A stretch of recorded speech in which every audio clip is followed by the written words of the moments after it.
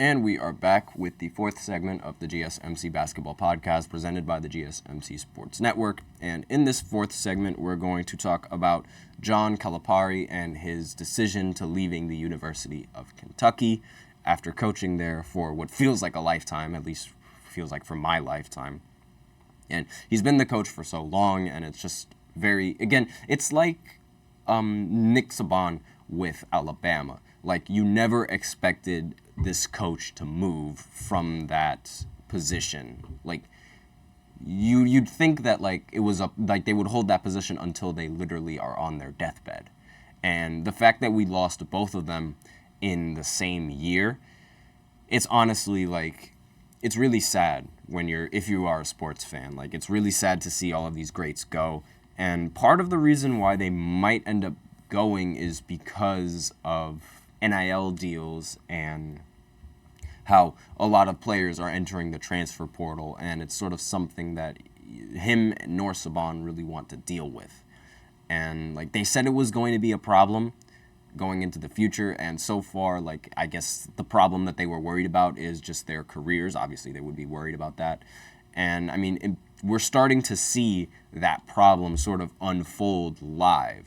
And it's a little, it's sort of there's, what else can you say other than the fact that they were right? NIL deals, they completely changed how college sports are sort of defined. And it's now all of these coaches sort of have to adapt to what these players are adapting to. And we're going to see a lot of programs sort of shift from head coach to head coach, I'm starting to think, because given these NIL deals, it's going to look a lot more like an actual sports league as opposed to it being college and it being a collegiate sports program.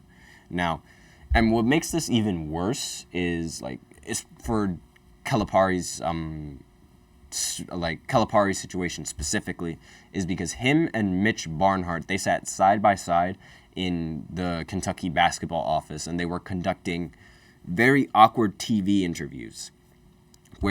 And Barnhart, he publicly confirmed the previous day, a few days before the news leaked, that Calipari would return as the head coach of the men's basketball program for a 16th season. And it was the time that it was sort of expected. And even all these constant questions, it was consistent with the fact that he was staying, and it sort of gave off the impression that he was going to end up staying.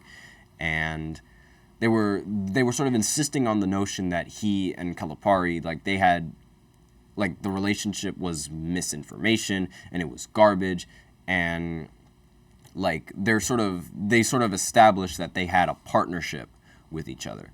And Calipari interrupted to ask if Barnhart ever had an argument with his wife, and Barnhart replied, "Just occasionally. I think you and I have too." And that was an uncomfortable conversation, obviously, in front of all those TV camera crew, all of those people. And obviously, to have that conversation in front of everyone, it's a little bit awkward, and it makes the room awkward. You could feel it in the room.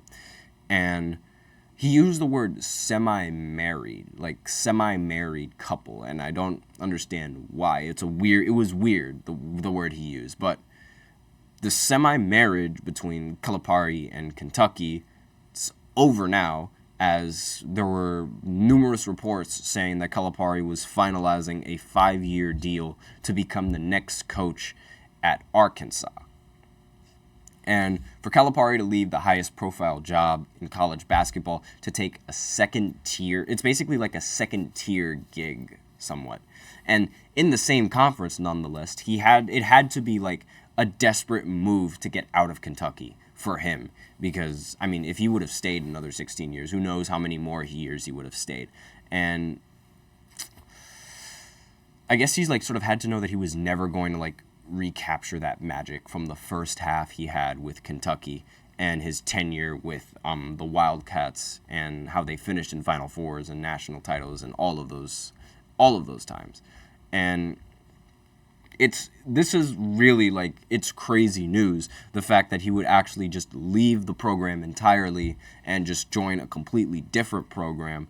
And part of it might have to do with the situation surrounding NIL deals and how that sort of affects his position and it sort of affects his legitimacy, I guess you could say.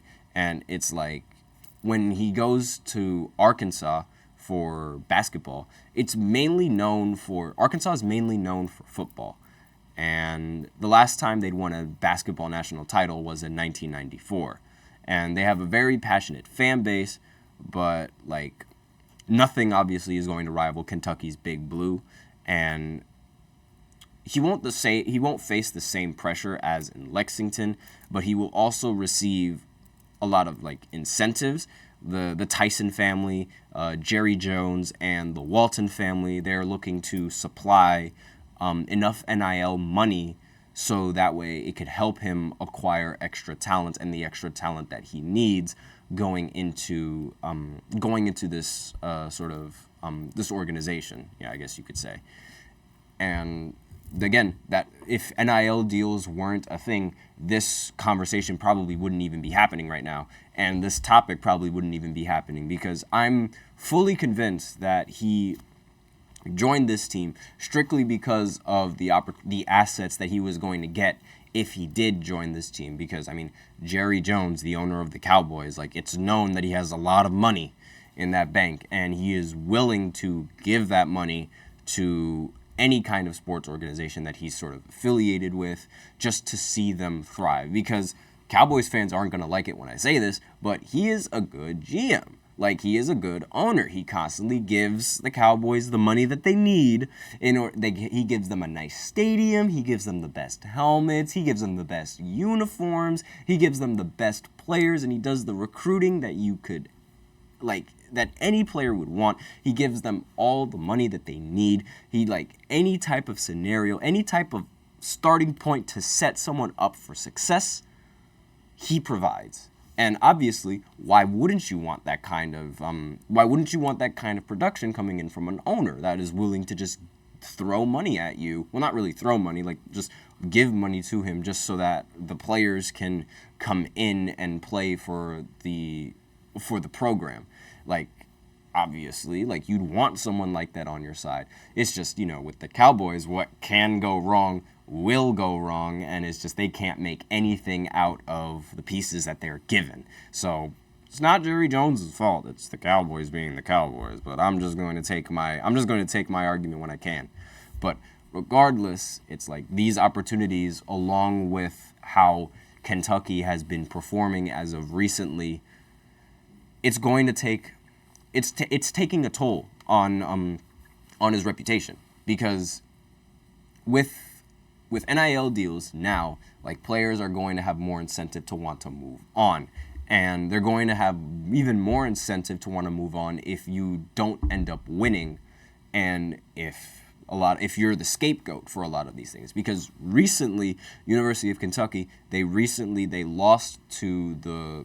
surprisingly lost to St. Peter's, which, again, that was a loss that no one really expected. And they also, they surprisingly lost in the first round yet again of the NCAA tournament. Again, nobody really expected that. And these type of losses, they take a toll on his reputation because of how good his reputation is. Like, he is known as this Hall of Fame level coach. He shouldn't be losing to programs that aren't even in, like, single digits in seeding. And here he is losing in the first round. Like, that's just something that shouldn't happen. And all of this is just going to build up, and it's going to add on to his reputation, and that's going to sort of lessen his credibility as a coach. The same way how we sort of question Doc Rivers' credibility as the coach, given how he's only won one championship, and that was in 2008. The same thing was going to happen with Calipari had he decided to stay. And that's something that you don't want as a coach, because you're going to constantly look for opportunities going further, and the only chance that you have in getting opportunities is if you win. And bad losses like this were only going to affect his reputation, and so he had to make that executive decision in that long run. But with that, that's basically all the important news that came out of that little segment. And we have no idea who's going to end up taking Kentucky's head coaching spot, but we'll see. But with that, we are out of time for this fourth segment, and that is the end of the show. Thank you so much for tuning into the GSMC Basketball Podcast, presented by the GSMC Sports Network. Your support means a lot to us, so please remember to subscribe to the show and leave a positive review. It really does make a difference. We also invite you to follow us on Facebook, Twitter, TikTok, and Instagram for more content and updates.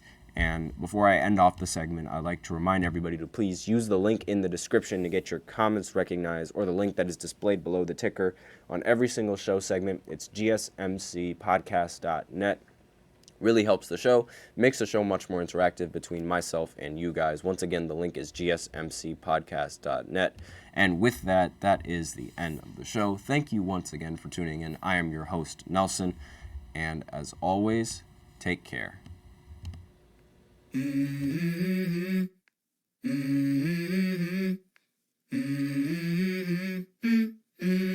go. I wake up to a little bit of drool on my pillow, feel like it's gonna be a bad day. Yeah, I'm tired of shit, and the coffee ain't hit yet. Damn, ain't that great. I don't wanna